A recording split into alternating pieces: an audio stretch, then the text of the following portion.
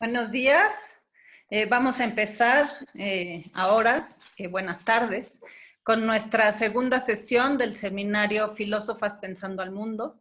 En esta ocasión, nuestro diálogo va a versar sobre el tema de la ciencia y la sociedad, cómo se relacionan. Gracias a todas y a todos por estar presentes. Y antes de presentar a nuestras panelistas, les voy a ceder la palabra a la doctora Karina Pedache, que es secretaria de la Red Latinoamericana de Mujeres Filósofas de la UNESCO. Por favor, Karina. Bueno, muchas gracias. Bueno, buenas tardes, bienvenidas y bienvenidos a todos quienes nos están acompañando.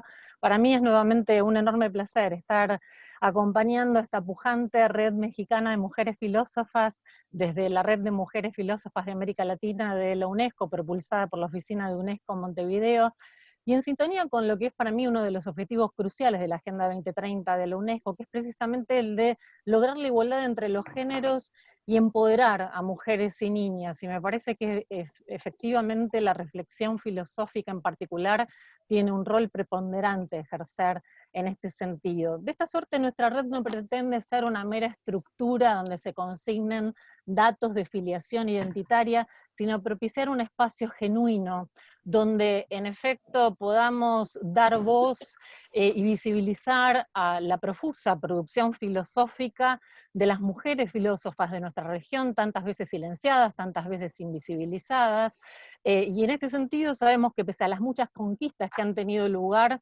todavía persiste una importante subrepresentación de nosotras en reuniones científicas, académicas, y en especial también en lugares jerárquicos donde es crucial la toma de decisión. Así que en este sentido celebro muy especialmente, bueno, por un lado, por supuesto, la gestación de una red como la Red Mexicana de Mujeres Filósofas, y en particular también la generación de este tipo de espacios, en línea también con la consolidación de varias otras redes que se están generando en la región, tal como la red brasileña, que se suscitó el año pasado, así como también la Red Colombiana de Mujeres Filósofas, que desde hace varios años viene trabajando también con un compromiso sumamente activo. Simplemente decirles eso, que me siento realmente muy orgullosa de ser partícipe de este emprendimiento conjunto. Me parece también vital tener una agenda propia de nuestra región, de Latinoamérica, con problemas y temas que nos resulten acuciantes, conforme a nuestros propios intereses, y en este sentido me parece que poner en agenda también la relación entre ciencia y sociedad resulta fundamental, ¿no? En el sentido en que estamos ante una realidad pandémica que nos interpela, y de seguro vamos a avanzar sobre cuestiones tales como cómo comunicar, por ejemplo, información científica a la sociedad y a los individuos, pero también repensar el sentido en el que aún está fuertemente feminizada toda la labor de cuidado y cómo esto impacta, dada la persistente división heterosexual, del trabajo, que hace que esas mismas mujeres que están en primera línea de atención de salud, al regresar a sus hogares, tengan que hacerse cargo, tengan entre comillas, del trabajo remunerado que sabemos que tanta sobrecarga importa. Así que, bueno, simplemente agradecerles también a las participantes de la Red Latinoamericana de Mujeres Filósofas de UNESCO, y en especial al enorme esfuerzo que está haciendo la Red Mexicana de Mujeres Filósofas para que estos seminarios tengan lugar. Muchas gracias. Gracias, Karina, y le doy brevemente también la voz a Dorian Romel, el coordinador del sector de Ciencias Sociales de la Oficina de la UNESCO en México. Muchas gracias, Ángeles, y gracias, Karina. Yo nada más quisiera, saludar primero a las doctoras que están participando con nosotros el día de hoy. Tenemos la participación de la doctora de Brasil, de Honduras y también de México. Entonces, es un evento regional que desde México nos entusiasma mucho que podemos hacer esta segunda edición esta semana y del día de hoy. En la semana pasada tuvimos ya el honor de hacer una edición sobre el tema de género, que fue muy exitoso, muy interesante. Entonces hoy tenemos esta edición de Ciencia y Sociedad, y vamos a tener 2 ediciones más en las próximas semanas, ¿no? Yo nada más quisiera saludar a todos los que están viendo desde México, desde otras regiones de América Latina, y decirles que para la UNESCO la filosofía es un ámbito muy importante. Por eso también que estamos muy honrados que desde este año tenemos también la Red Mexicana de Mujeres Filósofas, gracias a Ángeles y las compañeras.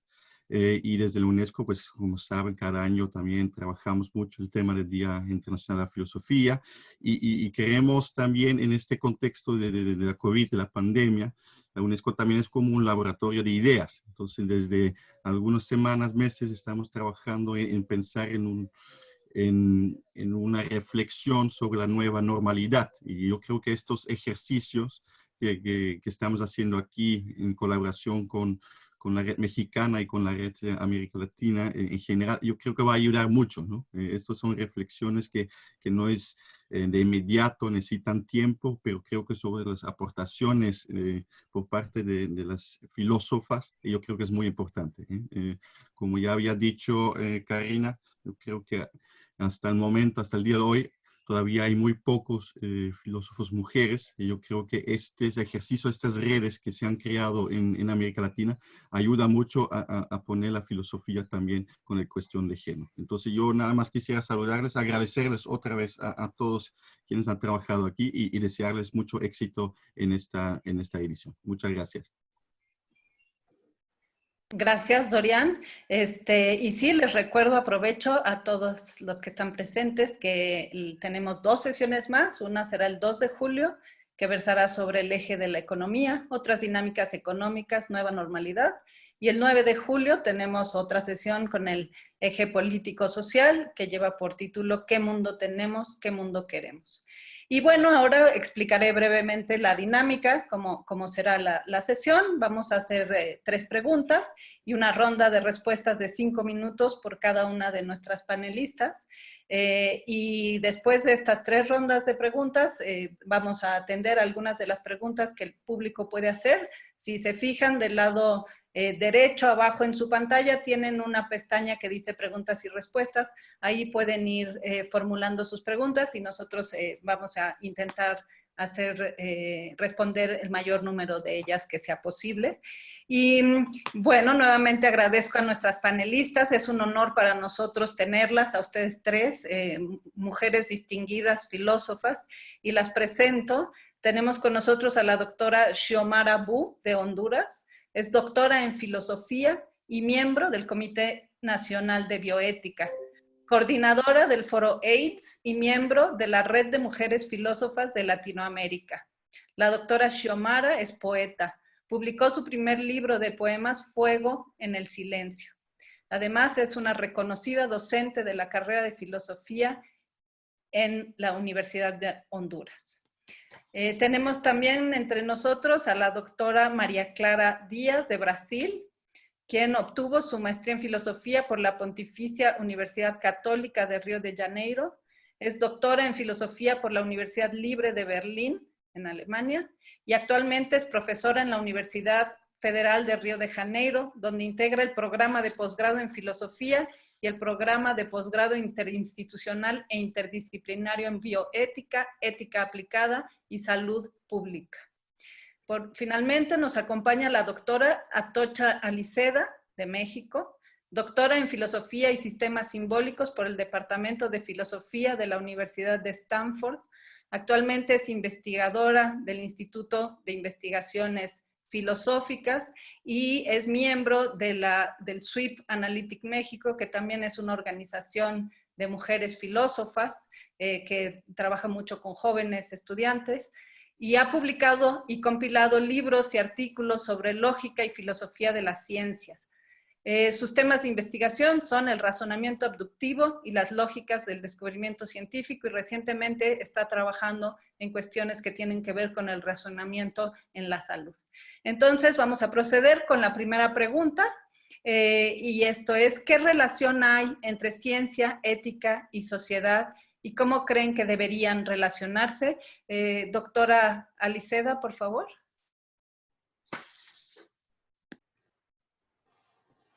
Me pongo ya el micrófono. Bueno, antes de contestar a la pregunta, yo quiero dar las gracias por esta invitación.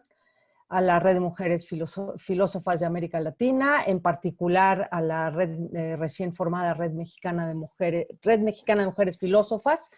Y en este sentido, pues muy en particular, daré las gracias a la doctora Ángeles Eraña, porque bueno, ella está, aunque ya nos dijo que no es la directora porque es una red, pues de todas maneras ella está pues tejiendo esta red ahora junto con otras. Entonces, pues en ese sentido estoy muy contenta y lo que quiero decir también que les agradezco el título de esta sesión sobre ciencia y sociedad, pero en general del ciclo, Filósofas Pensando al Mundo.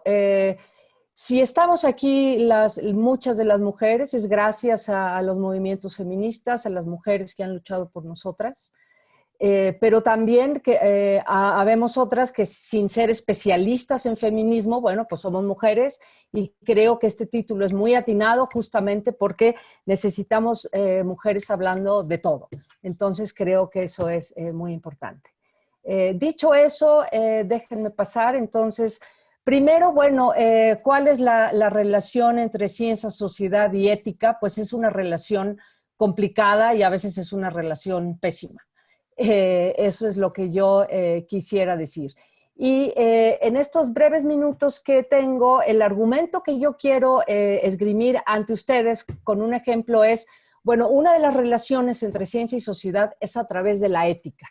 La ética no es lo único que une a la ciencia y a la sociedad, pero preparándome para la, preparándome para la siguiente pregunta, pues es lo que quiero hacer. Por un lado, creo que debemos hablar en plural. No hay tal cosa como la ciencia, creo que son las ciencias y no solo son las ciencias duras, digamos. Por un lado. Y entonces, la ciencia se relaciona con la sociedad a través de sus métodos. Y como yo soy más especialista en esto, pues quisiera hablarles un poco de esto. Más que definir lo que es ciencia, que de hecho ha sido una empresa imposible, yo la quiero concebir, como lo hacen muchos, como una actividad humana de resolución de problemas. Y que nos ayuda tanto a entender el mundo, digo, el descubrimiento, la generación de las leyes que nos rigen, al menos en el mundo natural, es el producto de la ciencia. Esto nos da entendimiento acerca del mundo, pero también nos permite, y me quiero centrar en esto, hacer predicciones y por tanto a poder hacer intervenciones. Gran parte de las ciencias de la salud y de su entendimiento es poder entender en el caso que nos ocupa o en el que yo me quiero ocupar en esta respuesta, en el asunto de las enfermedades. ¿Es necesario entender las causas de las enfermedades para poder curarlas? No siempre, pero en la medida en que podamos entender cómo funcionan y cómo son sus mecanismos, entonces ahí sí podemos pues intervenir. Y otra de las características, que no es suficiente, claro, pero otra de las características de las ciencias es que nos puedan ofrecer conocimiento, que se pueda construir conocimiento de una manera sistemática. No me voy a meter en esto, pero de una manera sistemática y que se pueda replicar. Esto suena muy bien, pero bueno, alguno de los presentes que haya trabajado en cuestiones de psicología, por ejemplo, sabemos que hay una crisis de replicación. Entonces, bueno, es una relación muy complicada y en el minuto que me queda simplemente quiero plantear el caso sobre las vacunas. Estamos ante lo que yo llamaría, como otros, una ciencia apresurada, porque así como las vacunas se producían o se tardaban en producir años, ahora en 6 meses hay varios países, tenemos del orden de 13 estudios clínicos donde se están estudiando las nuevas vacunas. Esto está muy bien, pero de entrada no sabemos ni si funcionarán, ni por cuánto tiempo y cómo funcionarán. Y termino simplemente diciendo que aquí hay un tema de perspectiva de género importantísimo. En general, no voy a entrar en los detalles, pero los estudios clínicos, que son esos estudios sistemáticos sobre medicamentos, se hacen a los hombres. Entonces aquí yo me preguntaría, bueno, aunque sabemos que no nos afecta a las mujeres tanto esta enfermedad de la COVID-19, es muy importante que estos estudios clínicos nos aseguren que van a funcionar para todos. Con eso acabo. Gracias. Gracias. Doctora Díaz, por favor. Doctora Díaz. Sí.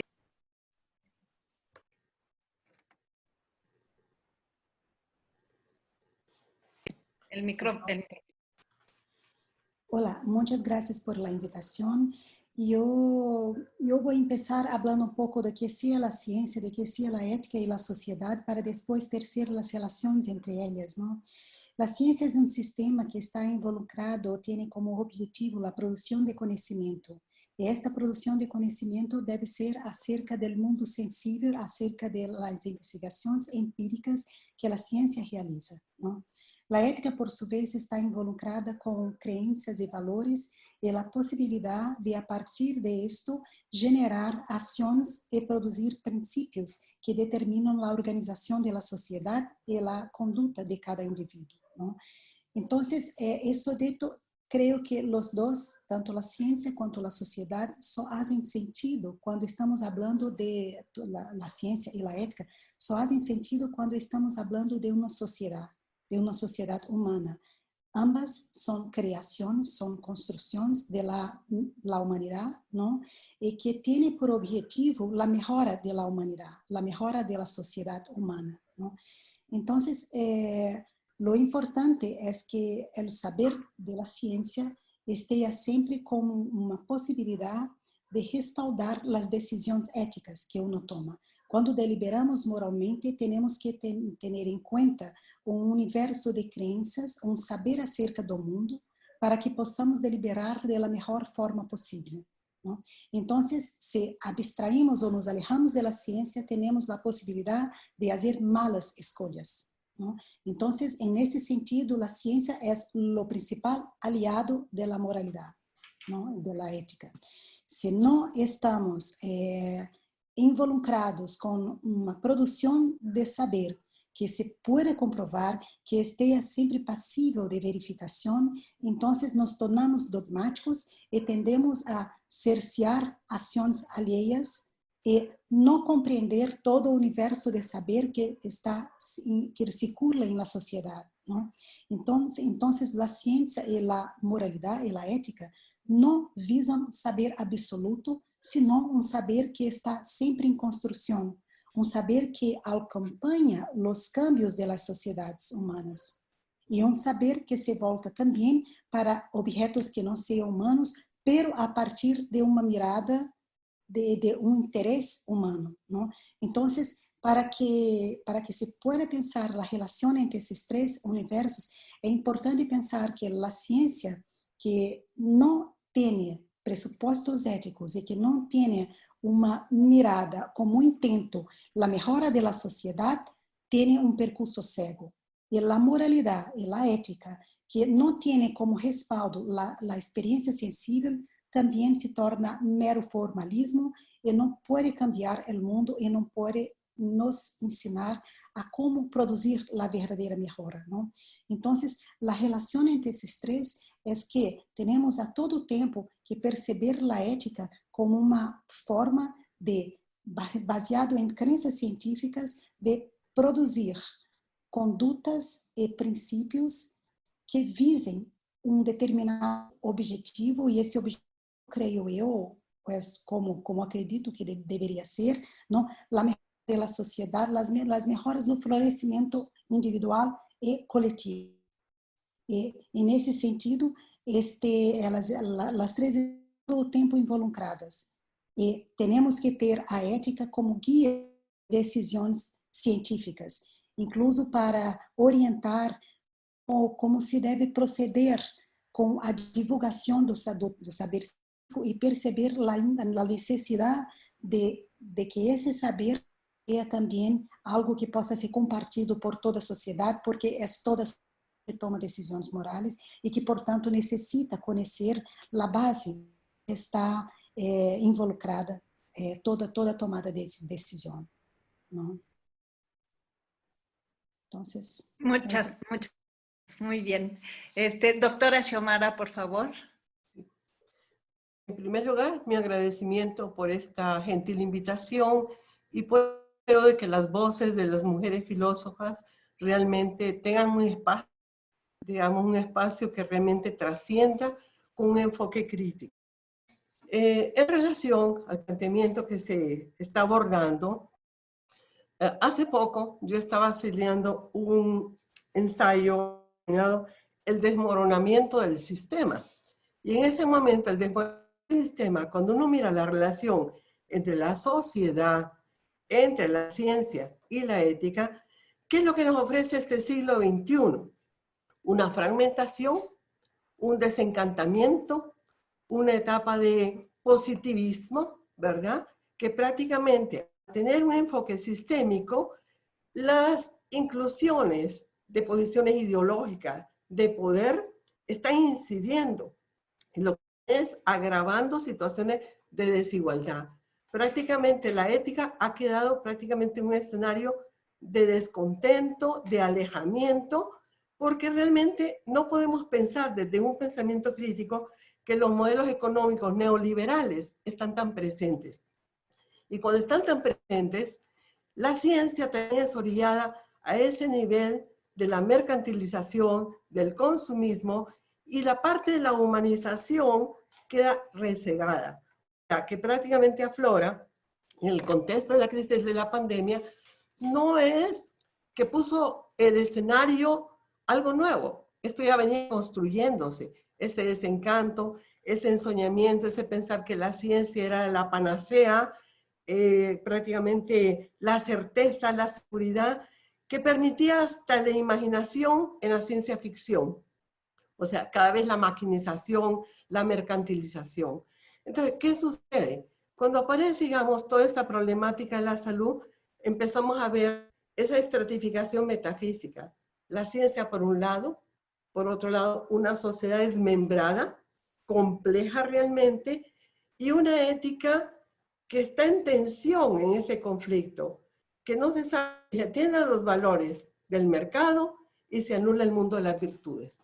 Entonces yo creo que esta relación que está también convocando la voz de las mujeres, entonces también hay que ver los papeles que va asumiendo las mujeres, que no nos orillan únicamente a ser las cuidadoras en primera línea, sino que también pensadoras reflexivas, pensadoras críticas, para que esa relación vuelva a reconstruir en una utopía de la posibilidad, donde la ciencia, aquel ideal cartesiano, la felicidad que era aspirada para la humanidad, realmente quedó como un ideal nominativo, ¿verdad? Se perdió, sobre todo con los enfoques de modelos capitalistas y sobre todo con niveles de gobernanza que en un momento la participación de la voz de la ciudadanía tuvo presencia, y mucho menos la voz de la ciudadanía de las mujeres. Entonces yo creo que el reto de este siglo XXI, frente a la pandemia que desnuda todos estos umbrales y toda esta oscuridad, nos lleva a una reflexión dialéctica entre la opacidad, que es casi un mundo de caverna, y buscar la luz, una luminosidad, pero que requiere realmente la deconstrucción de lo que en este momento tenemos, y realmente buscar desde la incertidumbre que nos está aflorando en el mundo de la pandemia, cuál es la reconquista del ser humano, cuál es la reconquista de la subjetividad que en el contexto actual fue cosificada. Entonces yo creo que salir de este escenario del confort implica que las voces de las mujeres, y por eso esta valiosa iniciativa, realmente lleguemos a consensos y a diseños de estrategias en una América Latina donde estamos viendo toda la gama de problemática social que no es ajena al pensamiento filosófico. La narcoactividad, los femicidios, el tratamiento, bueno, la afectación al clima, ¿verdad? Todo el tema climático, que también perturba, porque tuvimos un gran error. Y un gran error en todo este desconcierto es que nos olvidamos que éramos naturaleza. Y nos volvimos inmortales. Y no reconocimos la finitud. ¿Qué es lo que nos está poniendo este escenario? Que somos seres finitos, que somos naturaleza, pero que podemos dejar de salir, y el reto está cómo salir de la visión ególatra, de ese individualismo, donde la palabra solidaridad queda como un ornamento más, casi lírico, si no lo concretamos en prácticas concretas. Entonces, el reto fundamental es cómo buscar una estrategia de rescatar la ciencia, la ética y una sociedad realmente donde la otreidad sea reconocida y dignificada, independientemente de cualquier condición social, de identidad de género, de orientación sexual o de clases sociales, que todavía, curiosamente, en el siglo XXI tiene un enfoque clasista. Ese sería prácticamente un planteamiento crítico que nos amerita mucho trabajo, porque realmente la ética y la moralidad realmente está en decadencia. Muchas gracias. A las 3 vamos por una segunda pregunta. Ordinariamente, los médicos se ven enfrentados a situaciones en las que tienen que decidir a quién darle un órgano, por ejemplo. La pandemia ha propagado este tipo de situaciones. ¿Cómo debería decidirse en situación de emergencia a quién tratar? ¿Quién debe tomar estas decisiones? Doctora Xiomara, ¿podemos empezar con usted? Claro. Mira, en el mundo de la bioética, poco a poco los desarrollos se han ido al mundo de la biopolítica y al bioderecho. En el idealismo de los principios de autonomía, de beneficencia y maleficencia, y el de justicia, el escenario que nos desbordó con la aparición del COVID-19 realmente nos deja en una situación crítica frente a los dos primeros principios de autonomía y el de beneficencia.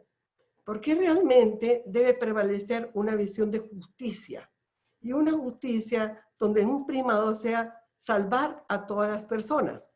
Pero prácticamente también hay que ser realista en el triaje.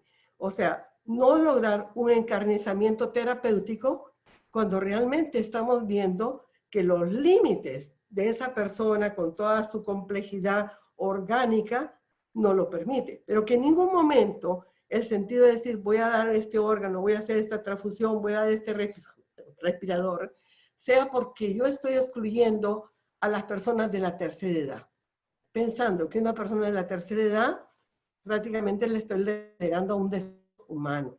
Entonces yo creo que el principio de justicia tiene que ser vital.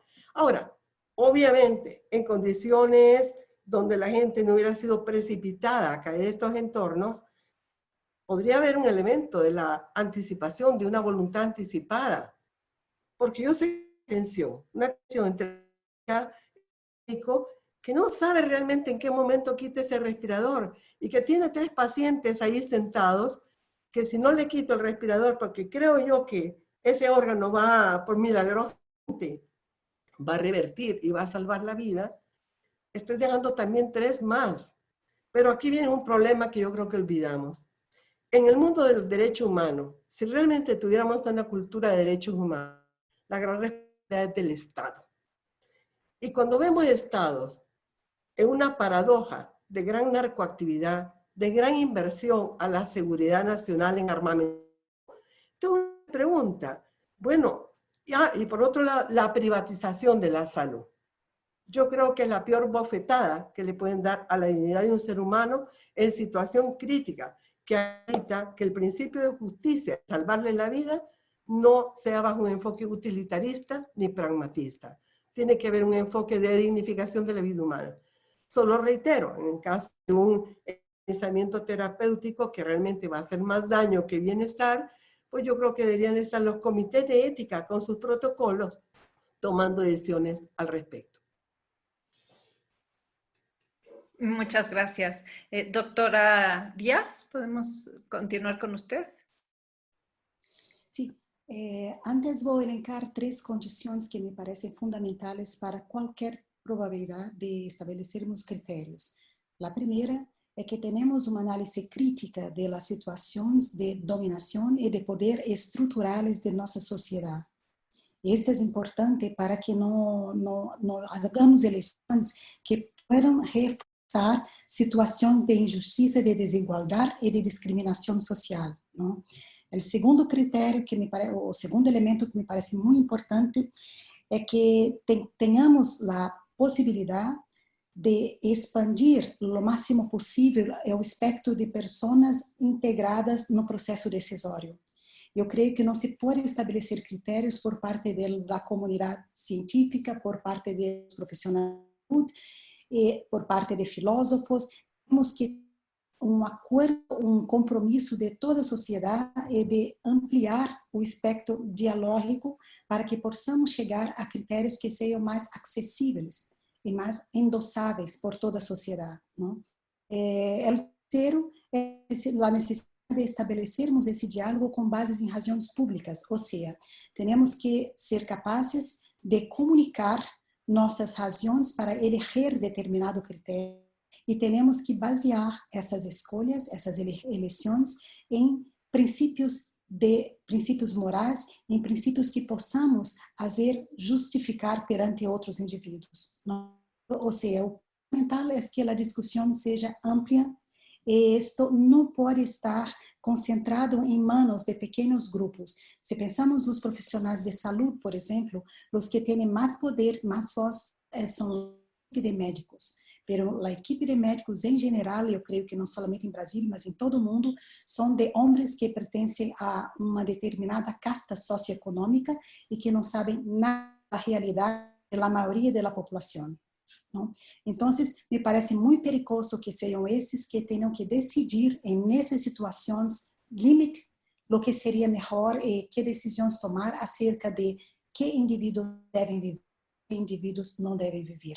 A ideia é que se hacemos isto, que se deixamos cerrado em equipes pequenas de uma elite das nossas populações, vamos com isso produzir uma amplitude da injustiça social. E as decisões que vão ser tomadas necessitam, como já falou muito bem a outra ponente, tem que minimizar a desigualdade e não ampliar a desigualdade e a discriminação de gênero, racial, socioeconômica, heteronormativa e etc. Não? É muito importante que a decisão a ser critérios tenha isto em mente. Os médicos necessitam saber que não são oniscientes e que não possuem um saber acerca de outras coisas que não são capazes sequer de imaginar.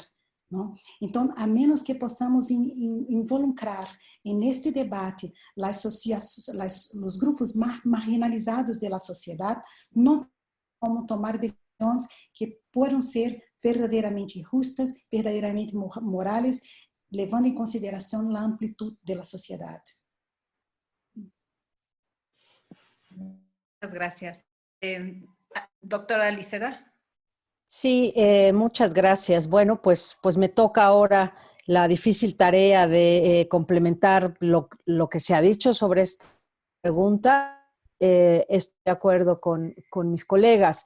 Pero aquí lo que yo veo es un enfoque bastante matemático, pues, ¿no? Aquí hay un dilema, digamos, entre las unidades de medida, la epidemiología, así como las guías bioéticas, se hacen sobre poblaciones. Estamos pensando, sí, en justicia, pero en una justicia distributiva. Queremos salvar más vidas, pero no las vidas individuales. Y eso impone una cuestión, yo creo que tremenda, sobre el individuo. Y sobre todo, yo lo que quiero es concentrarme en la respuesta de quién debe tomar estas decisiones. Primero, creo que ya no estamos en el punto del siglo XIX, como cuando en esta maravillosa obra de teatro escrita por Bernard Shaw, que se llamaba El dilema del doctor.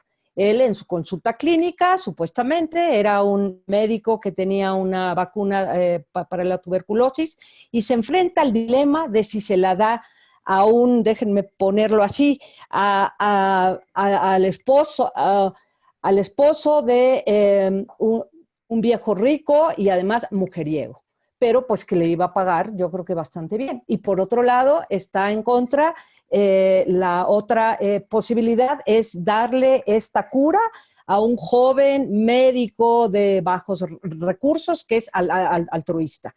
¿Cuál vida vale más?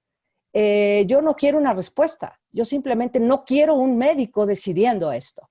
Creo que por eso hay guías bioéticas. Sin embargo, como ya lo dije, estas guías están pensadas para tener un bien sobre la población. Quizá gracias a que yo decido sobre mi población voy a salvar más vidas. Pero en eso me estoy llevando a los ancianos, como ya se dijo, de calle. ¿Qué creo yo que es súper importante? Darle la voz al paciente. Y al paciente, claro, darle la voz no cuando llega, sino que esto creo que nos va a imponer esta situación de la pandemia, nos está enfrentando sobre cómo reaccionar ante la muerte como individuos. En México, como en otros países latinoamericanos, no tenemos realmente esta cultura de la eutanasia, no nos gusta hablar de la muerte, pero ahora hemos tenido que hablar, o al menos yo he tenido que hablar con parientes muy cercanos. Bueno, y si te enfermas, ¿qué quieres? ¿Quieres ir al hospital? ¿Quieres que si te va bien te entuben, pero vas a acabar quién sabe cómo? Entonces, creo que ahí es algo también súper importante. Voz del paciente, y en este sentido termino contestando, ¿quién no debe tomar estas decisiones? Los médicos. Yo creo que es bien importante que no sean decisiones individualizadas. Eso no quiere decir que con unos ciertos criterios se va a poder decidir siempre, pero estas decisiones, en el mejor de los casos, creo que se debieran tomar en grupo. A veces sé que no es esto posible. Y por otro lado, ¿quién sí debe participar en tomar estas decisiones? Pues realmente creo yo que el paciente, repito, tiene un lugar aquí muy, muy importante. No sé si tengo tiempo para comparar. Yo he seguido el caso, bueno, en Europa, comparando Holanda contra España con respecto a sus ancianos. Los holandeses se les decía, bueno, para los que no sepan, Holanda es un país que tiene una tradición de eutanasia ya muy, muy larga. Bueno, pues en esta crisis se les preguntaba a los viejos, ¿quieres ir al hospital? Vamos, pero las condiciones no es muy posible que no te puedas despedir de tu familia, etcétera. ¿Qué quieres? ¿Qué decidieron? Bueno, pues unos decidieron ir y otros no, ¿sí? Por otro lado, los ancianos españoles sabemos, porque más hay reportes muy interesantes, terribles, pero muy interesantes, de cómo se decidió que los ancianos de los asilos simplemente no les tenían espacio en los hospitales. Se decidió por ellos que no tenían esa posibilidad, ¿sí? Sin embargo, algunas personas opinaban que la actitud holandesa es demasiado dura versus a la otra, que es mucho más parecida a lo que tendríamos aquí. Aquí yo creo que desgraciadamente no tenemos ni siquiera información de cómo se está haciendo o si se está haciendo el triaje. Quiero terminar simplemente diciendo que para quienes quieran consultar, aquí en México hubo de hecho una gran polémica.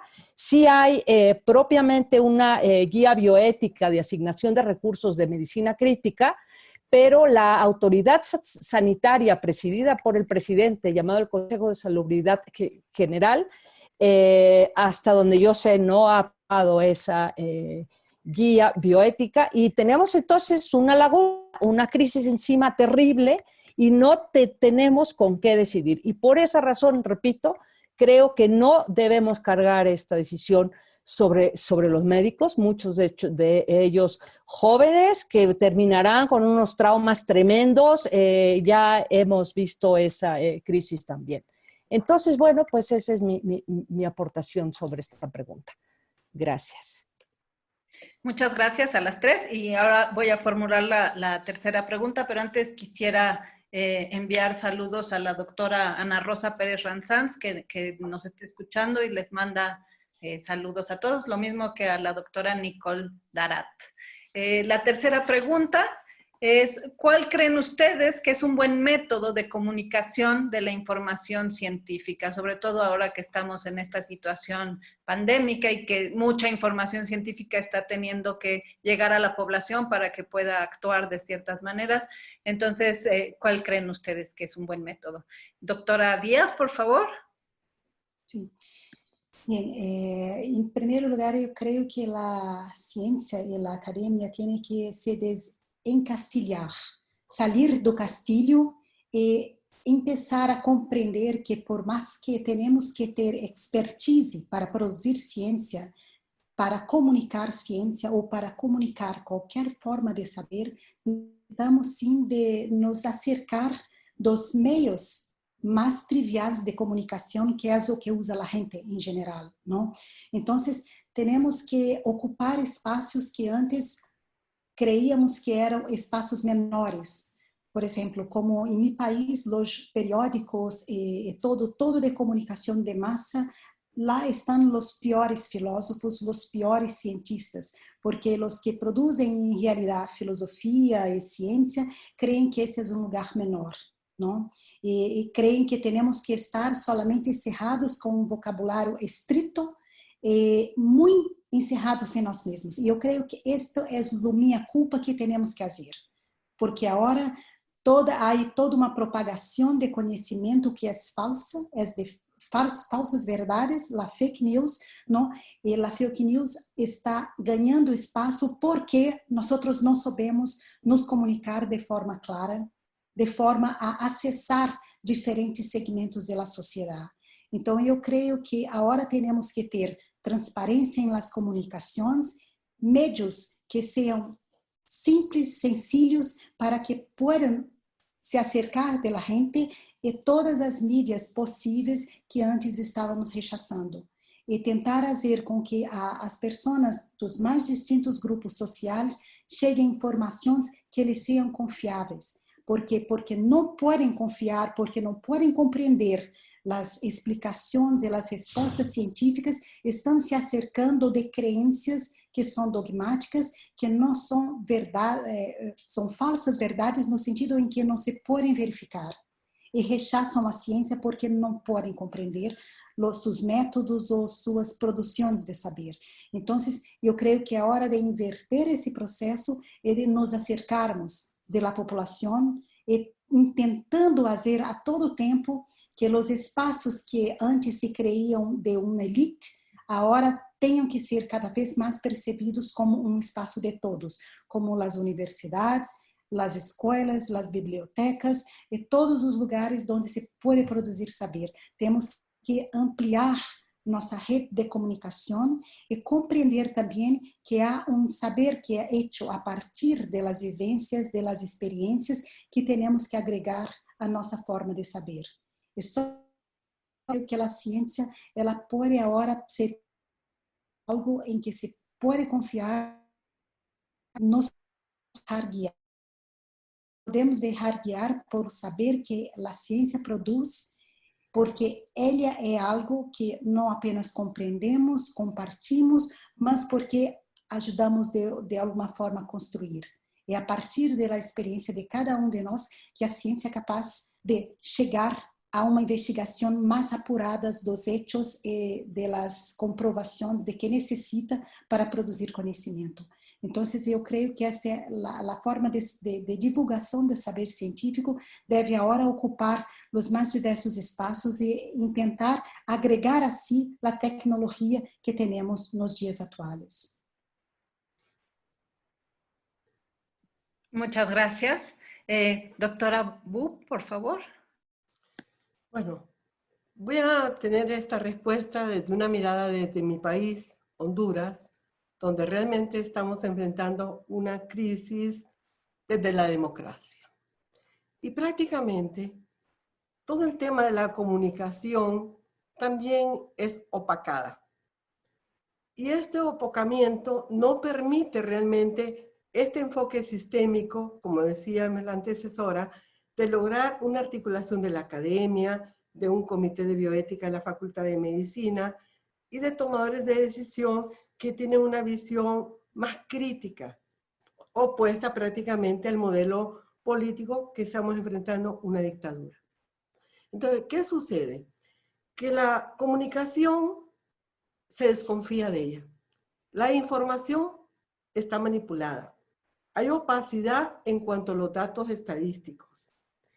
Entonces, quiera sí o no, esto está permitiendo en esa crisis el surgimiento de planteamientos pseudocientíficos, de búsqueda de respuesta a la epidemia con desinformación que realmente está avalando posturas míticas, y no es que tenga nada en contra de la medicina natural, pero yo creo que el escenario de esta pandemia pone en jaque realmente a la misma comunidad científica, porque también hay desacuerdos entre los científicos.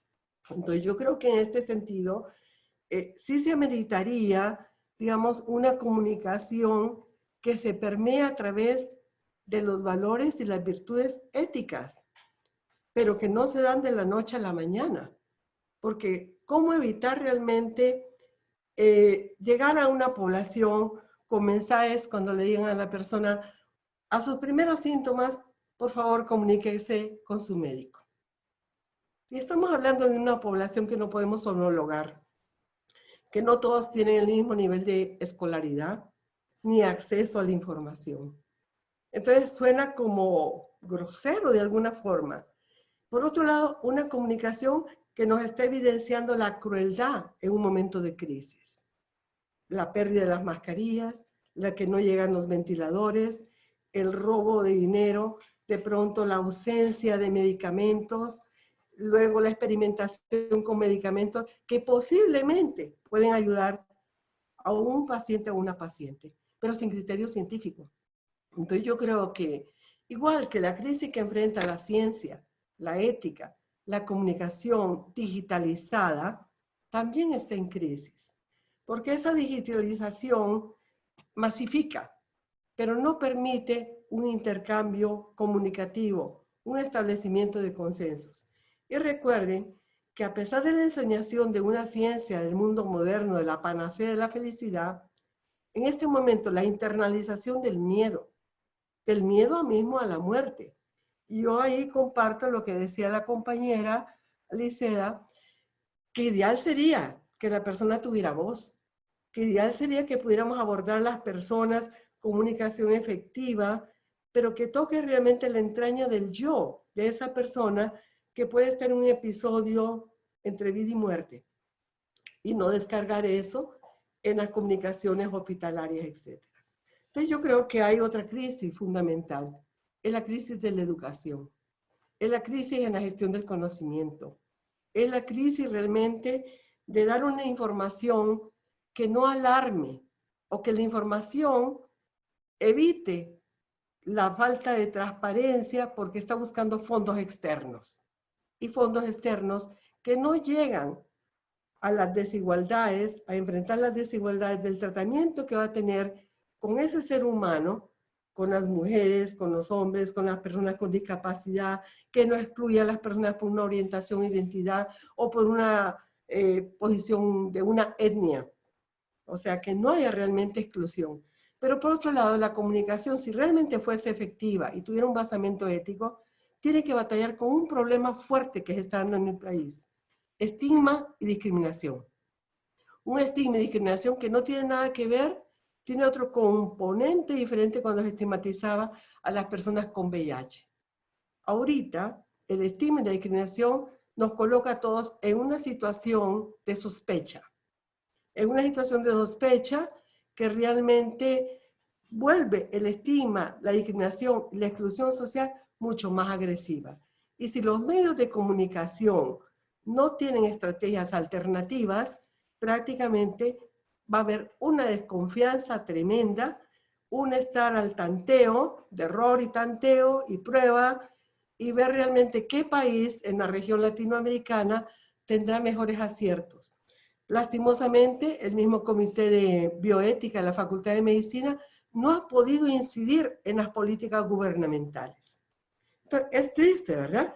Y la comunicación que aflora todos los días nos dice, mira, no tenemos datos actualizados porque realmente las pruebas no se han evaluado todavía, que no tenemos, por ejemplo, los medicamentos, que hay escasez. Entonces yo creo que la comunicación realmente está en una situación compleja. Hay un imaginario, una proyección televisiva, en campañas radiales, pero que realmente no llegan a la conciencia de la comunidad. La comunidad en este momento tiene una gran desconfianza a lo que la ciencia, la política y no digamos este mundo de la ética que apela a la solidaridad, pero la paradoja de la solidaridad es la crueldad. El abastecimiento, el recoger desde un modelo darwiniano, sálvese quien pueda o sobrevive el más fuerte. Entonces yo creo que la comunicación tiene que realmente repensarse, ser crítica y como decía Clara, cómo introyectar la transparencia, la honestidad y colocar en el centro mismo la comunicación, que no es una comunicación digitalizada, es una comunicación para un ser humano, para una persona que tiene todo el derecho a recibir la información fehaciente, pero también a conocer cuáles son las dudas, cuáles son las brechas en el mundo de la ciencia, cuáles son los retos que se tienen en los laboratorios, etcétera, y también los retos frente a las personas que son tratadas en los hospitales, que no saben qué significa ser asintomático, cuánto va a durar la sintomatosidad, cuánto puede contagiar, etcétera. O sea, hay un vacío tremendo de información que no se solventa únicamente porque le digan a la gente, lávese las manos, use la mascarilla, y muchas veces podrá tener esa mascarilla, podrá lavarse las manos, pero no tiene la satisfacción de los derechos de las necesidades básicas. Alimentación. El hambre acompaña la pandemia en este momento y la comunicación no llega a las más y los más excluidos. Muchas gracias. Han llegado bastantes preguntas, entonces voy a ir escogiendo algunas de ellas y le voy a pedir a una de ustedes que por favor respondan. Alonso Ríos pregunta, ¿cómo romper con las narrativas dominantes para involucrar a los menos empoderados? Doctora Díaz, ¿podría contestarnos esta pregunta? Sí. Lo primeiro passo é compreender que há menos involucrados, que há opressões e que a sociedade é llena de desigualdades, porque em geral os grupos dominantes tendem a fazer que não se perceba tanto isto, não? E que em determinados meios como os acadêmicos e os de investigação, a gente não perceba isto como sendo um problema do saber, da transformação também do saber, não? Então, em primeiro lugar, temos que perceber e reconhecer que vivemos em sociedades que têm um lastro de desigualdade muito forte e que este é quase a ideia do mal radical que assola a nossa sociedade, não? E que temos que tomar isto como sendo o objetivo primeiro de qualquer conduta de nós outros, não? Então, e que cambiar acá? Temos que cambiar, por exemplo, a ideia de que solamente os que podem fazer parte de um pleito de comunicação racional ao estilo da ética discursiva de Habermas podem ter algo a dizer. Não. Todos têm algo a dizer, mas nós temos que aprender a escutar. Temos que aprender os meios adequados de escutar a essa gente e saber como temos a possibilidade de incluir o que têm eles a nos mostrar em la nossa produção de saber. Porque solamente quando escutarmos a essa gente poderemos cambiar a sociedade, não? Então, este me parece que é o ponto fundamental da questão. Não sei se respondi. Não. Muchas gracias. Cometí un error y me salté a la doctora Liceda. Entonces, si pudiéramos volver a la última de nuestras preguntas, que era, ¿cuál es un buen método de comunicación de la ciencia? Ya. Sí, Ángeles, pues no te preocupes. Lo bueno es que aquí hay chat, nos podemos comunicar. Mira, ¿qué pasa? Bueno, esta pregunta, lo primero que quiero decir, me parece muy parecida a la primera. Es una pregunta que la comunicación creo que es otro hilo, otra manera de relacionar a la ciencia con la sociedad, o mejor dicho, a los científicos con la sociedad y a los políticos con la sociedad. Entonces, en ese sentido es que yo traté de contestarla. En el contexto de esta pandemia, lo primero que quiero decir, digo, tal vez esto es de libro de texto, pero es muy importante, o sea, la comunicación dentro de una crisis sanitaria es tan importante como los recursos que se cuentan con la de salud, infraestructura, como si existe o no un plan previo de pandemia. Muchos de los epidemiólogos que son políticos, y lo hemos visto aquí en México, de hecho son muy buenos comunicadores también. Entonces, creo que esta es una pregunta, digo otra vez, muy importante. Y lo que nos dicen es que, bueno, para que haya una buena comunicación, o mejor dicho, la mejor forma, yo sé que esa era una pregunta sobre cuál es el método.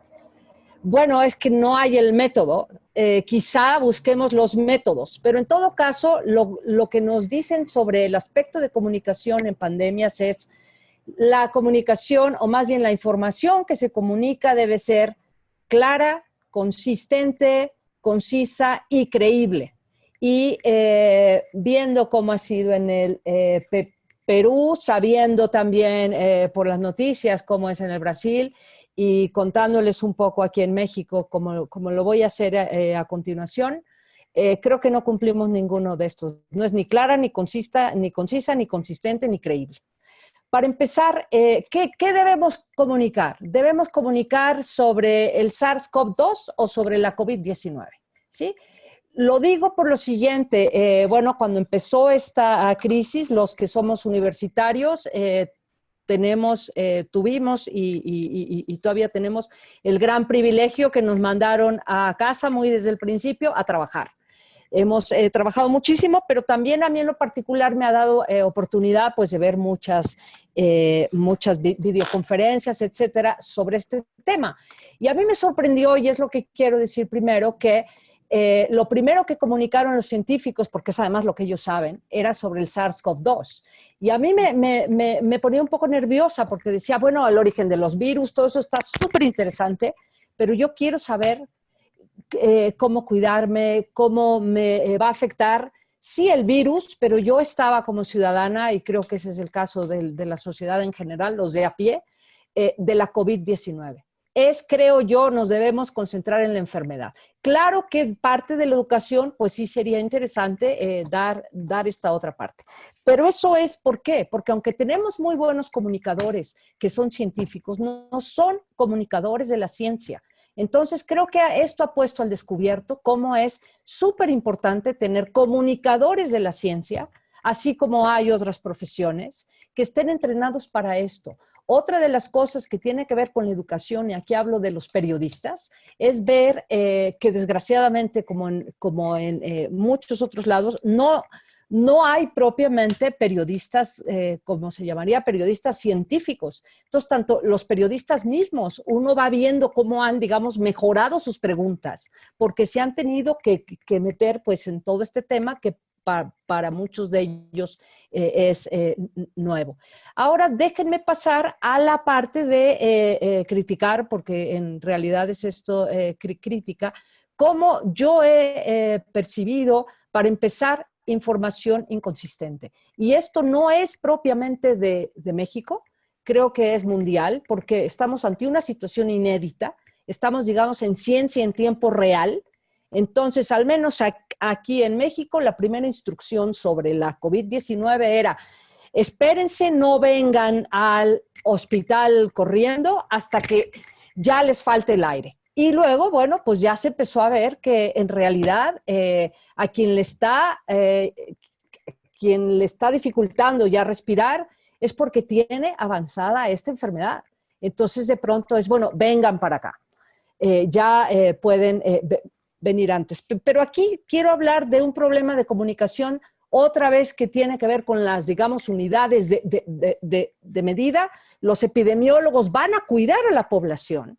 Y son los clínicos, son los especialistas en todo lo que tiene que ver con la COVID-19, a los que al menos yo he visto aquí en México que no se les ha dado voz. Claro que les han dado voz, bueno, sus propios pacientes, y yo he podido ver, pero realmente yo veo que no hay una comunicación entre unos y otros, y eso creo que es algo que, bueno, siempre ha existido. Son casi profesiones muy, muy distintas, pero en este tipo de crisis es algo que hemos visto. Otro caso, y estoy ya acabando, la cuestión de los tapabocas. No podemos estar diciendo una cosa y actuando de otra forma. Si nosotros en México vemos un presidente que no usa tapabocas, pues la información no es solamente lo que se dice, creo sobre todo yo que es lo que se hace. Y ha habido información inconsistente entre los propios agentes, ¿no? Y por último, simplemente quiero anotar que creo yo que el gran reto de esto es que estamos tratando de transmitir información que ya de por sí matemáticamente es bastante complicada. Creo que la sociedad en general somos analfabetos estadísticos. Entonces, bueno, pues yo espero que esto nos sirva para que nos interese entrar más en el tema y que se nos pueda enseñar, pero desde luego ahí hay un problema de educación que ya apuntaron las dos ponentes anteriores, que es tremendo. Y ya con esto acabo. Gracias. Muchísimas gracias. Ahora sí a las 3, muy interesante. Y vamos a continuar entonces con las preguntas del público. Para la doctora Xiomara, de Oscar Ávila, pregunta, ¿es caótica entonces la relación entre ciencia, ética y sociedad? Claro. Mira, ya más que hablar de caótica es compleja. O sea, es compleja por todos los asideros y todas las brechas, ¿verdad? Y sobre todo la fragmentación que ha persistido, sobre todo en países como los nuestros, donde la producción de la ciencia es todavía un reto, ¿no? Y por otro lado, la desarticulación que hay entre la academia, entre los diferentes grupos de interlocución de sociedad civil y la estructura gubernamental. O sea, esa fragmentación realmente es lo que nos hace, lo que realmente convierte en muy compleja la articulación. Entonces yo creo que esto es repensar, es también un enfoque epistemológico, además de un escenario fenomenológico que ponga el inventario de cómo están cada una de estas realidades para, en un proceso que también es complejo, es el advenimiento de la incertidumbre instalada. ¿Cuál es el reto inmediato de la humanidad? Y cómo articular y repensarse un mejor mundo, un mundo posible realmente, pero donde tenemos que ir deconstruyendo, hacer una revolución en el pensamiento para que estas posiciones individualistas, el impacto de un modelo económico neoliberal que hizo de un sujeto una cosificación rentable. Entonces yo creo que el reto de diseñar estrategias plausibles es un reto que tiene que ser prácticamente sistémico. Y si la posición gubernamental no cala y no escucha la voz de la ciudadanía, sino todo lo contrario, penaliza, digamos, un poco la protesta, el reclamo, realmente estamos en un reto mucho más complejo y mucho más polémico que requiere realmente un encuentro de reflexión crítica, de altura, con la participación de toda la interlocución, la academia, comités de bioética y los grupos poblacionales sin exclusión alguna. Muchas gracias. De Arturo Gudiño pregunta, ¿qué país del mundo está más avanzado en la aplicación de legislación bioética? Atocha, ¿qué nos podrías decir al respecto? Uy, muchas gracias por esa pregunta. Digo, no es mi especialidad, pero avanzado. Ahora, ¿qué quiere decir avanzado? O sea, aquí también hay un tema cultural.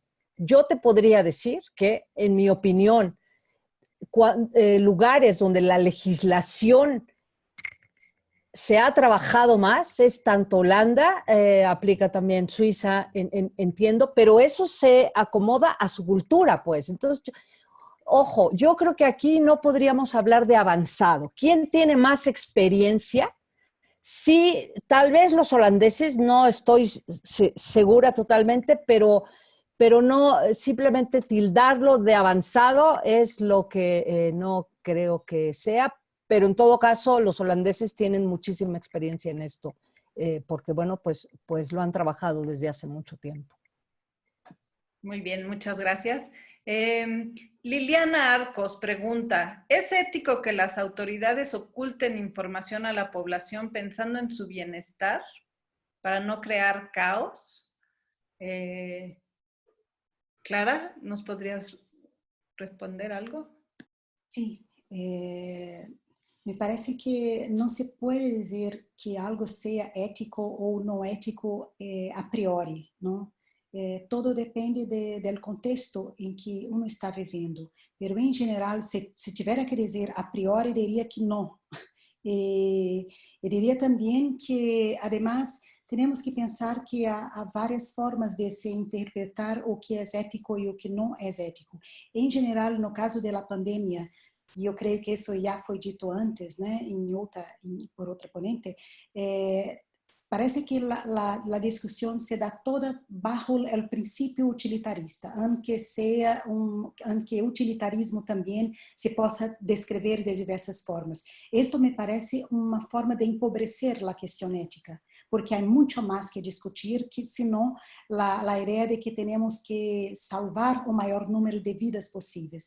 Me parece que isto não é o cerne da questão. Temos que fazer com que a gente floresça, e quizás para muitos, viver não é a melhor forma disso, ou necessariamente viver a qualquer custo, não? A ideia é que o que significa para cada florescimento é distinto.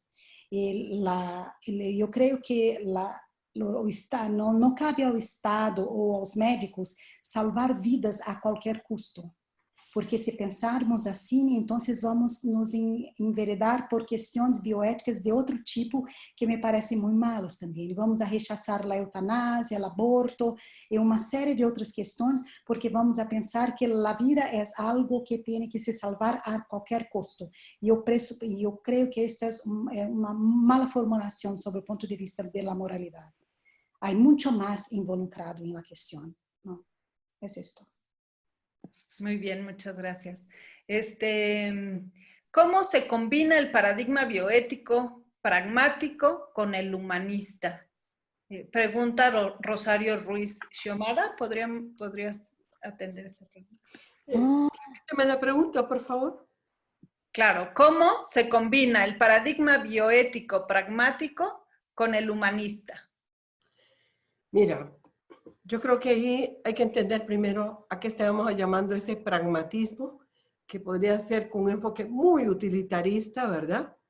Y quiera sí o no, podría también mediar posiciones ideológicas que realmente separan mucho esa visión humanista, donde el humanismo no es retórico, sino que el humanismo es el posicionamiento de la persona humana en su reconocimiento de su dignidad, en su otreidad, en esa relación. Entonces yo creo que esa comparación no genera una simbiosis, ¿verdad? Yo creo que el humanismo debe permear los planteamientos bioéticos, biopolíticos, biojurídicos. Yo creo que el reconocer, y es una de las grandes pérdidas en el siglo XXI, hemos perdido realmente la visión humanista. La hemos perdido. Y en eso recontraríamos un poco, apelando a la historia de la filosofía, ese planteamiento heideggeriano en su carta al humanismo, ¿no? Como si yo no revisito la casa del ser y me encuentro en mi yoidad, ¿cómo voy a reconocer a la otra? O como bien diría Lyotard, el reconocimiento de la otra, o Victoria Camps, o Adela Cortina, ¿verdad? O las mujeres feministas, en los movimientos donde se requiere llegar a niveles de igualdad entre los géneros, ¿no? Y no realmente una oposición. Entonces yo creo que ese pragmatismo realmente es muy utilitarista.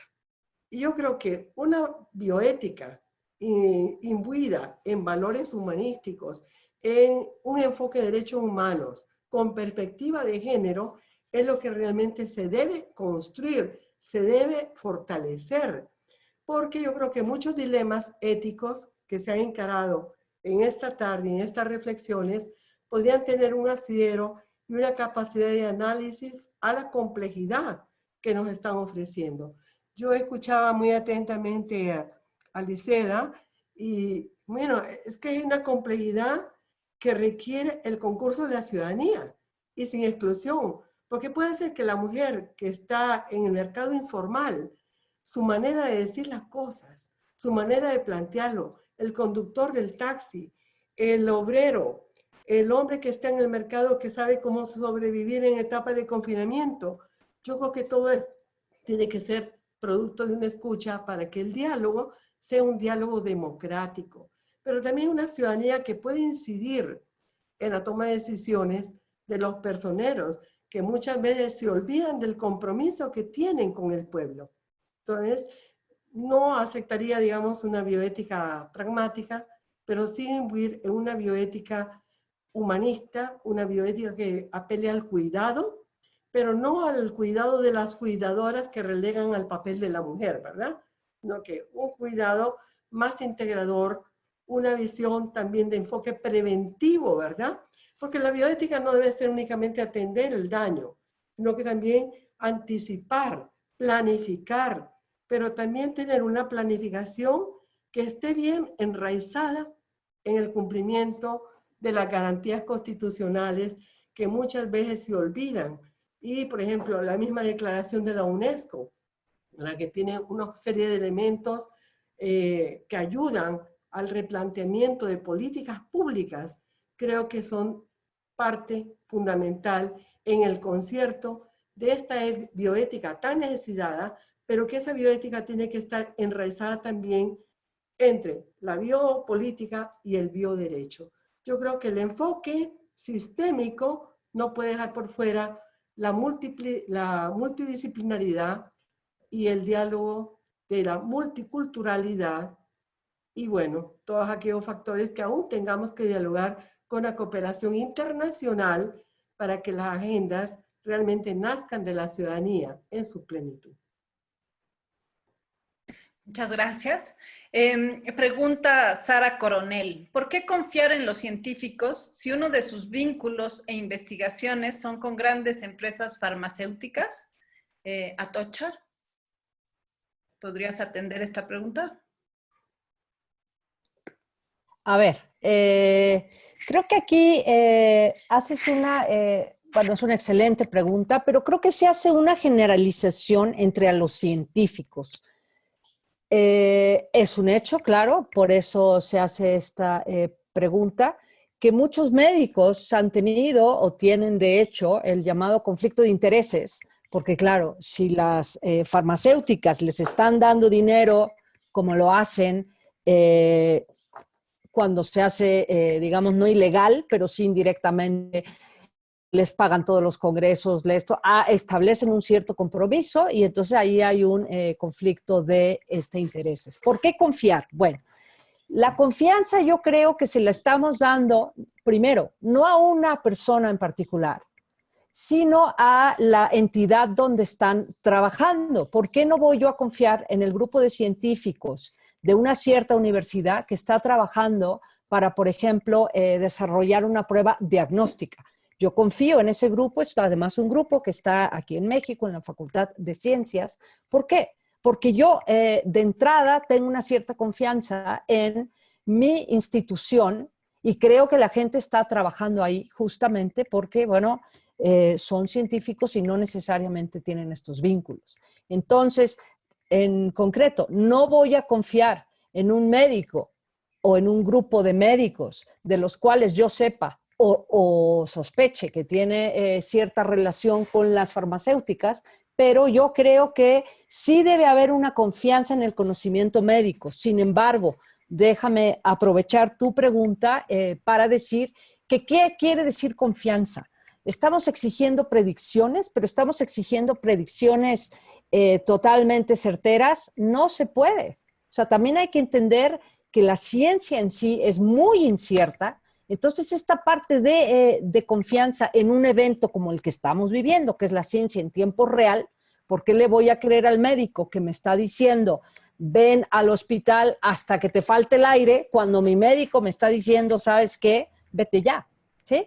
Entonces, muchas gracias por tu pregunta, pero en este tema de comunicación la confianza es algo importantísimo. Muy bien, muchas gracias. Hay muchísimas más todavía. Voy a formular otras 3 y vamos viendo cómo vamos con el tiempo. Pero hay una muy, muy interesante que dice, la ciencia como actividad humana está sujeta a la subjetividad. Clara, días, ¿qué nos dirías? Sí, claro, por supuesto, pero la ciencia tiene la pretensión de objetividad. Esto significa que la ciencia debe buscar métodos y criterios que possam hacer públicas, hacer intersubjetivas suas constatações, não? Então, esto me parece um compromisso fundamental da ciência, o compromisso de la possibilidade de fazer-se comprovar e verificar a todo o tempo. Por isso me parece que é um saber quizás mais confiável, porque é um saber que não roga uma perspectiva absoluta, ¿no? Está todo el tiempo tendo que ponerse a prueba. Esto es lo que o distingue de creencias de carácter dogmático, ¿no? Que no se puede comprobar y no tienen la pretensión de ser intercomunicable o de recibir endoso de otros individuos, ¿no? Esto me parece que es una característica fundamental de la ciencia y que a faz interesante para nosotros filósofos, ¿no? Porque la filosofía también tiene una pretensión crítica muy fuerte y la idea de siempre intentar contribuir para cuestiones de justificación, de fundamentación, y el saber científico está muy compromisado con esto, con la verificación y la justificación de sus premisas y de sus conclusiones. Muchas gracias. Y preguntan cómo hacer llegar a las comunidades indígenas o rurales la información pertinente que está concentrada en figuras institucionales en las ciudades. Xiomara, ¿qué podríamos decir al respecto? Bueno, por lo menos nosotros tenemos una alternativa. Voy a hacer una reflexión muy particular.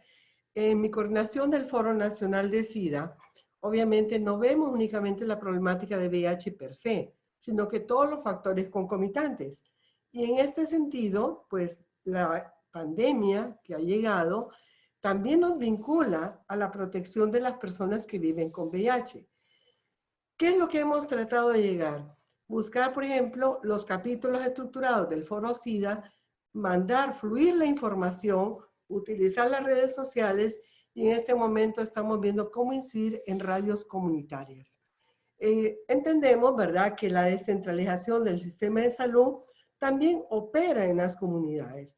Pero el problema aquí que enfrentamos es nuevamente la desconfianza entre el decir desde el mundo de la ciencia y por otro lado las visiones ancestrales, ¿verdad? Las visiones un poco míticas, a veces la influencia de fundamentalismo religioso. Entonces yo creo que hay que ver como un diálogo, ¿verdad? Un planteamiento de la importancia de la salud. No es fácil porque el arraigo cultural, la visión comunitaria en algunos grupos, ¿verdad? La comunidad es su casa, es la ciudad y no le permanezca en su casa. Estoy en la comunidad, en la aldea. Entonces, sí es un trabajo desde una visión, digamos, de presente, pero una visión prospectiva, porque yo estoy en prácticamente la información que se da todos los días a través de tiene síntomas, si tiene síntomas inmediatamente llame al número tal, llame a su médico. Tiene para ni siquiera va a tener llamada, ni se dicen algo, no es real.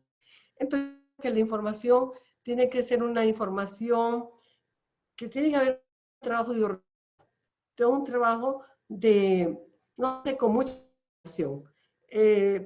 Juventudes, por ejemplo. Las juventudes no bajo los mismos cánones que los adultos y las adultas. Etapas de confinamiento son críticos. La afectación psicológica, el agudizamiento de la violencia basada en género. Entonces yo creo que hay tanta complejidad en esto, y yo retomaría otra, creo que Alicia señala, es muy difícil tener una receta, una fórmula anticipada.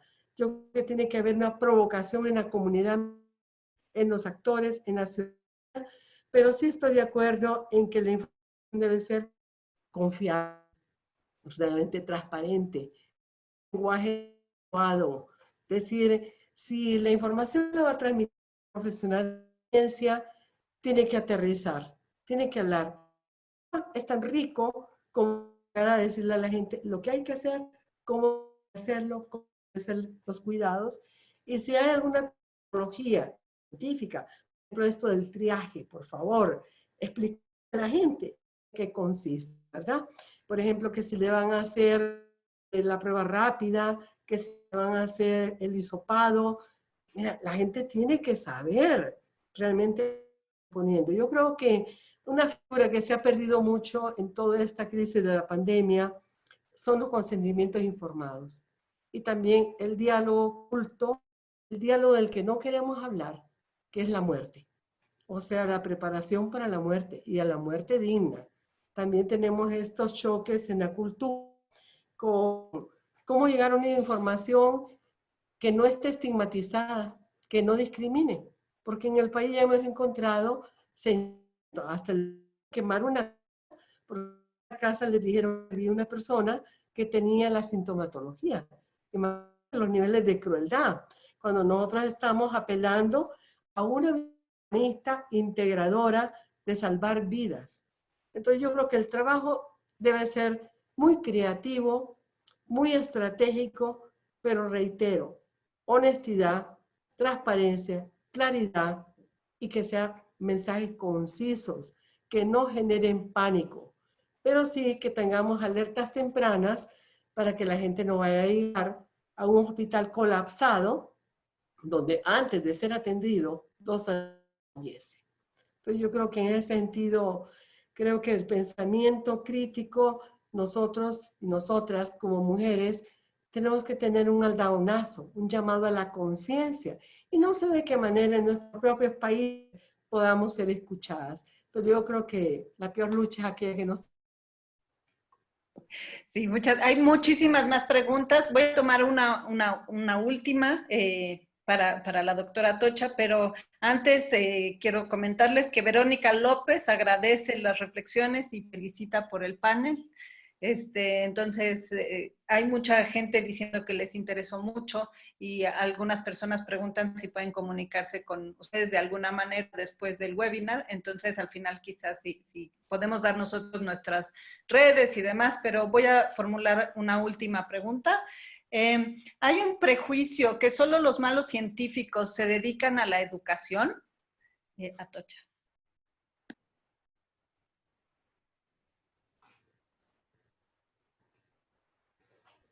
A ver, gracias por la pregunta, pero quiero yo concretarla un poco. Concretarla a lo siguiente. Sí, hay un prejuicio que los malos médicos se dedican a la educación y los peores a la política. Yo sé que no era la pregunta, pero de todas maneras, es un prejuicio ¿en qué sentido? Sí, en el sentido de que, bueno, se supone que un científico, vamos a pensar en una médica que está haciendo ciencia, que es una investigadora. Bueno, ahí no me cabe también hablar de prejuicio justamente porque si pensamos que es una universitaria, va a estar haciendo investigación y no solamente va a estar enseñando, sino va a estar formando a sus propios estudiantes para hacer ciencia. Entonces, la pregunta es ¿dónde? ¿Dónde estamos haciendo este prejuicio? Yo no creo que entre la comunidad médica, que aunque yo no soy médica, la conozco un poco, el prejuicio realmente es aquel que ya no se dedica a la medicina por dedicarse a otras cosas como a la educación. Y bueno, pues es simplemente por pensar este prejuicio, creo yo, pues un prejuicio bastante falso, que la educación es mucho más fácil que la investigación. Y cualquiera que sea profesor o profesora, sabemos que si no entendemos el concepto, que si no entendemos el tema, no lo podemos enseñar. Entonces, en ese sentido, yo diría que, bueno, un buen investigador, por no decir científico solamente, es aquel que pues que es bueno enseñando también. pero hay que decir que ahora sí que en este mundo para todo. Hay excelentes científicos que son pésimos comunicándose, pero bueno, están escribiendo sus artículos o están inventando cosas. Y hay profesoras que son profesoras buenísimas y eso no quiere decir que tengan que estar publicando en las revistas estas de índices, etcétera, etcétera. O sea, sí, creo que es un prejuicio, pero repito, es peor dedicarse a la política que a la educación. Gracias, como prejuicio. Muchísimas gracias a las tres. Un panel muy bueno. Muchísimas gracias por sus reflexiones. Vamos a ir cerrando. Yo quiero recordarle a las personas que están presentes que vamos a tener 2 sesiones más de este seminario. La siguiente es el 2 de julio y será sobre el eje de la economía, otras dinámicas económicas, nueva normalidad. Y el 9 de julio tendremos nuestra última sesión que será en el eje político-social y llevará por título "No tenemos, ¿qué tenemos?". Darles muchísimo las gracias a todos los que vieron hoy, participantes y de escuchas, y decirles que se pueden comunicar con nosotros a través de nuestras redes. En Twitter nos encuentran como @filósofasred, y la red latinoamericana también tiene una cuenta de Twitter que es @RDDEM. Ahí pueden buscarnos y va a haber muchas de las participantes son ya miembros de estas redes, entonces pueden seguramente buscar para entrar en contacto con ellas. Además, la Red Mexicana, tenemos una página en Facebook, nos pueden buscar como Red Mexicana de Mujeres Filósofas, y un correo electrónico donde podemos quizá ayudarles a contactar a más filósofas. El correo es redfilosofas@gmail.com. Entonces, ojalá que todas las filósofas, jóvenes, viejas o como sea que sean, se registren en la red y se hagan parte de ella, que entre todas echemos a andar de verdad conjunto de voces y que las hagamos que se escuchen más en todos lados. Muchísimas gracias nuevamente a las panelistas y tendremos una próxima sesión. Gracias. Muchas gracias. Muchas gracias. Envié la dirección de email y una dirección de un periódico, un dossier sobre el COVID que acabamos de lanzar en Brasil. ¿Sí? Muy bien.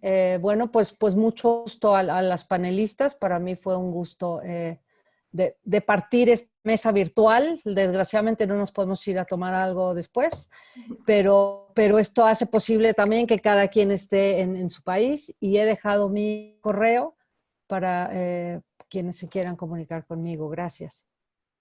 Muchas gracias. Mucho gusto a todos. Gracias. Realmente, muchas gracias. Y ojalá, tal vez uno de los retos fundamentales es que de todas estas participaciones se pueda construir una antología virtual, ¿verdad? En la temática. Me encantaría enormemente poder interactuar con las demás compañeras. Ha sido grato este espacio, provoca mucha reflexión, sale uno con más brechas en el sentido de seguir pensando, ¿verdad? ¿Qué estrategias plausibles por el bien de la humanidad? Y reiterando que Ángeles, pues, realmente una iniciativa muy importante, urgente, en estos países de la Latina, y sobre todo tener mirada desde las epistemologías del sur, Claro. y desde los movimientos feministas, porque si el problema es cierto, es global, pero también hay una globalidad que reta, y es todo el impacto de los modelos económicos neoliberales que afrentan el deseo de nosotras de reconquistar la dignidad del ser humano. Así que muchísimas gracias, feliz día a todas y espero estar en comunicación con ustedes. De acuerdo, muchísimas gracias. De acuerdo. Bueno, hasta Ya. luego. Hasta luego. Muchas gracias. Bueno, pues gracias otra vez. Sí, sí. Adiós. Adiós. Adiós.